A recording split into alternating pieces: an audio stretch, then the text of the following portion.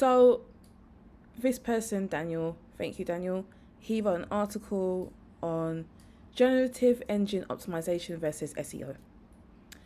And I think it's like an ongoing series of what he's been writing about.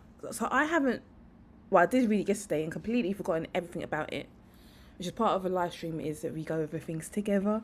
So some things are genuinely brand new to me, some things I just forgotten. So he's proposed the term, he's coined the term GEO, and it's a way to understand how to optimize greater for AI search visibility in Google, Bing, etc.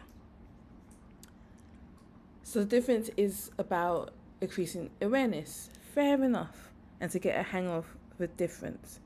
Because something I did find out yesterday, which I found very interesting, is there was a study that said that 93% of web searches performed by the large language models in this particular test didn't actually click on the content. So it was zero click, so no click rate, no click-through rate that happened 93% of the time. That's quite a lot. I found an article that states that, so we can go over it together, because it will be interesting to know what the variables and the parameters were to come up to for them to reach that extremely high percentage rate.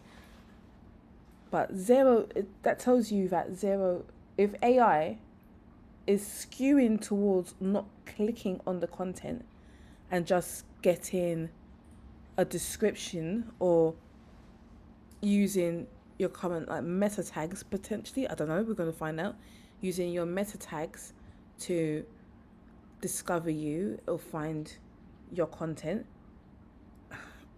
we might end up spending more time on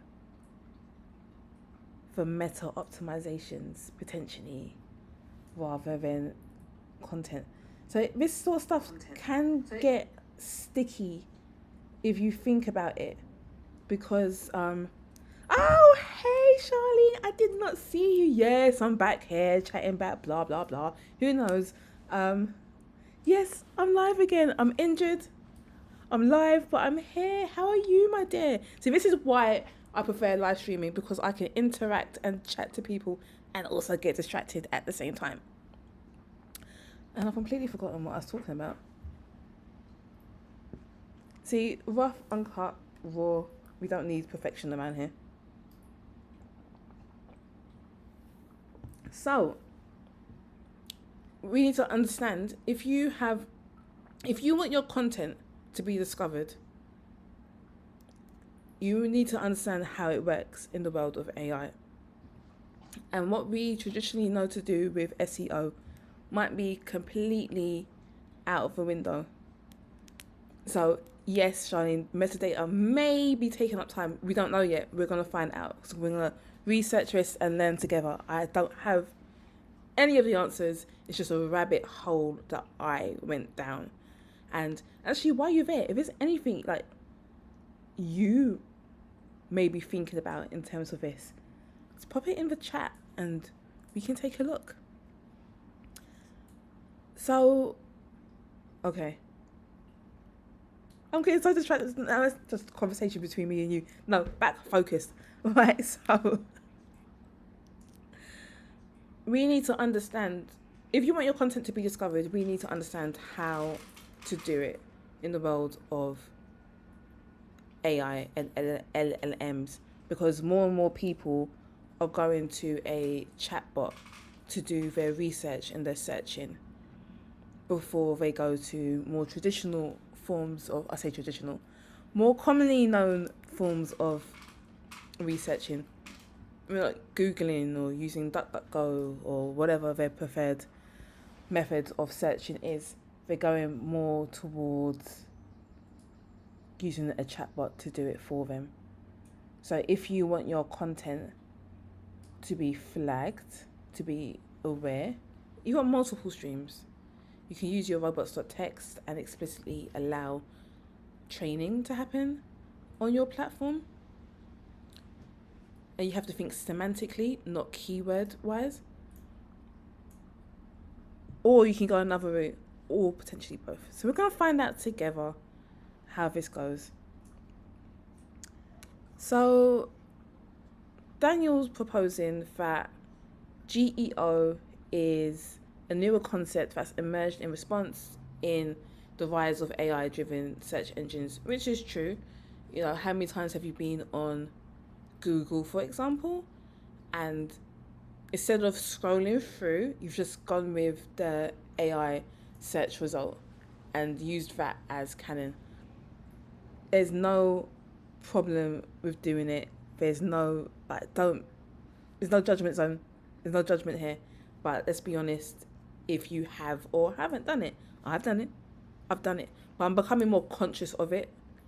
And I'll tell you something that the social media age and also the AI age has taught me. So Web 2 and also the AI age, which is not Web 3 because crypto's taken that. It's made me go more in depth, and I no longer just skim articles. I actually read things top to bottom, because it's so easy to miss information and misinterpret and misunderstand things. So I've been actively retraining myself to read things top left to bottom right, because it's so easy to misunderstand that sort of thing. And so Charlene, you made a brand wiki with Claude and Obsidian for GEO purposes. I only made it last week. See, so you're thinking about the same thing as well. So what kind of stuff has been in your brand wiki specifically for GEO or discoverability purposes? I'm really curious. And where does your wiki live as well? Is your wiki I'm guessing the purpose of it is to be discovered by these models, right? That's my assumption. Let me know. I'm very intrigued.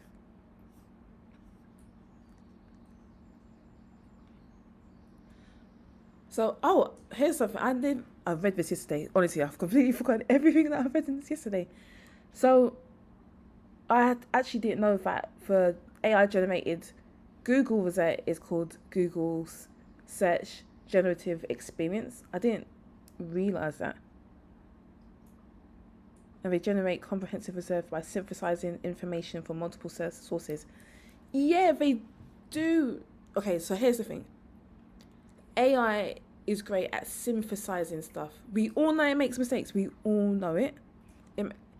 But you have to ask yourself, what exactly is it synthesizing?